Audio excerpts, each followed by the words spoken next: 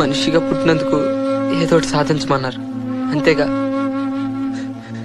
సాధించాలంటే ఏం కావాలి? ఎనర్జీ. ఎనర్జీ కావాలంటే బూస్ట్ తాగాలి. కాబట్టి బూస్ట్ కల్పించే. ఏం తాగుతున్నావు? బూస్ట్. నువ్వు శుద్ధ వేస్ట్. అది చిన్న పిల్లలు తాగేది. మరి యాడ్స్ లో సచిన కప్పిలు తాగుతారు కదా. వాళ్ళని ఇలా వేస్ట్ ఫెలోస్ కాదుగా. మీరు అలా అనకండి. నేను Boost is the secret of our energy.